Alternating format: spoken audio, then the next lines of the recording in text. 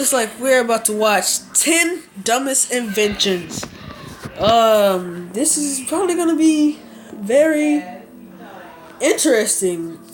I think it was either 5 or 10. Yeah, 10 dumbest inventions ever. So we're gonna watch this, and hopefully it is funny. The top 10 dumbest inventions. 10. Shiri. Shiri is a Japanese mechanical butt that exhibits emotion in response to human touch. Made from skin like silicone, it'll tense up in fear of hit and pleasure if stroked.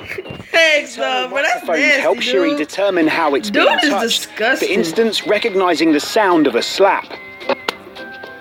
Though people weren't exactly rushing Why out had to to buy be a their booty, own robot, within robotics, Shiri's ability Why to it had to be a human booty, touch though? from that of an animate object was lauded as groundbreaking. Why it had to be a booty though? 9. High Five Simulator. Described as a convenient outlet for the release of excitement, this 1990s invention is essentially a spring-loaded arm that'll high-five its owner.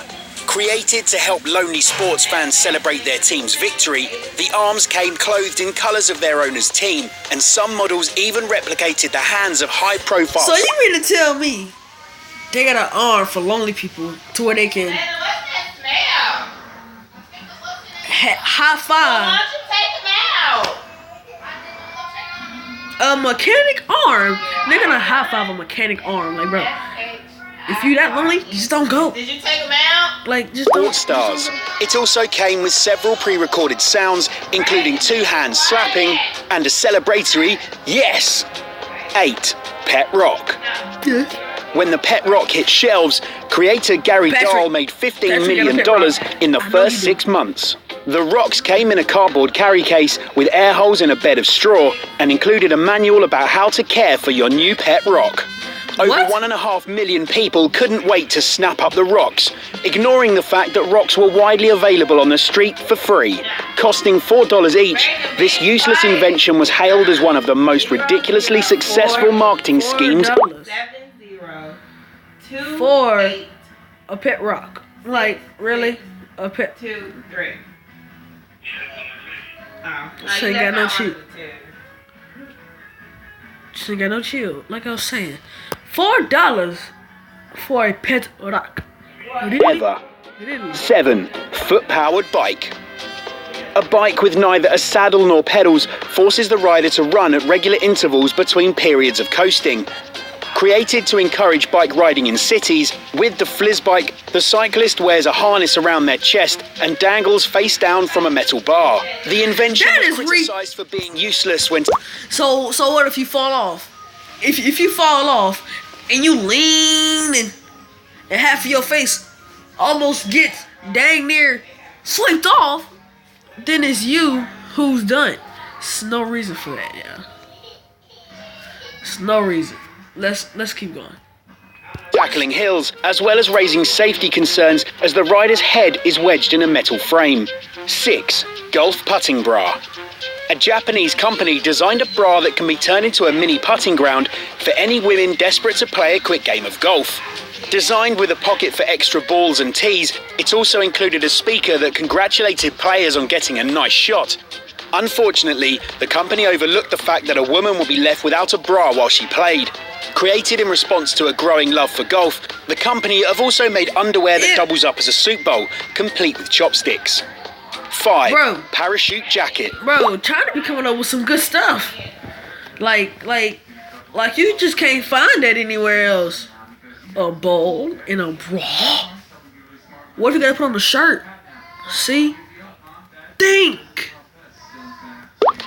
French tailor and inventor Franz Reichelt created the parachute jacket, which he hoped would eventually be worn by pilots in case of emergency. With fabric attaching the sleeve ends to the body of the suit, Reichelt believed that by simply holding out their arms, the wearer would be able to glide to safety. Though early tests were unsuccessful, on the 4th of February 1912, Franz decided to test it out himself. Wearing his creation, he jumped from the first deck of the Eiffel Tower, plunging to his death 57 metres below. 4. See? Miser flying car. Evidently, we didn't learn our lesson from Franz. as in 1973, the inventor Henry Smolinski created the flying car. The invention was actually a Ford Pinto with the wings, engine and tail of an airplane attached. The parts were attached with small metal screws, allowing them to detach if the owner wanted a normal car. During a test flight, these screws loosened, causing the vehicle to fall apart. Whoa. Falling 122 meters, both the inventor and passenger were killed when it plummeted to the ground. Wow. 3. Fat-free potato chip. See, this is why I hope they'll make flying cars that has like wings and stuff like that. I hope like the little wheels or the little things like in Mario Kart 8. No, nobody knows. Okay, let's just. In 1998, snack company Frito-Lay introduced Wow, a brand of fat-free potato chips. The miracle chips included an ingredient called olestra. It tasted exactly like fat, but was said to contain no calories or cholesterol. However, once eaten, it turned out that the ingredient prevented the body from absorbing nutrients. As a consequence, those who ate the chips suffered from cramps and diarrhea. The ingredient is now used to lubricate power tools and paint decking. 2. Baby cage. In the 1930s, more and more Londoners began to live in tiny apartments in high-rise buildings. With no access to gardens, some parents hung cages from the windows of their apartments and placed their children inside so they could get some fresh air. Although it was a US invention, it was only distributed to the members of the Chelsea Baby Club. Unsurprisingly, many parents were a little anxious about suspending their children several stories high, and the trend didn't catch on. 1. The firebox. Created in 1938, the firebox was an alarm intended to trap pranksters reporting fake fires.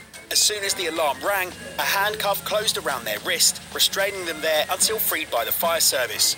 Of course, in the case of a real-life fire, the heroic person who raised the alarm could be trapped as well, leaving them to perish in the blaze. See? That's all for now, but come back She not soon thinking about for the pranksters. She not thinking about nobody else.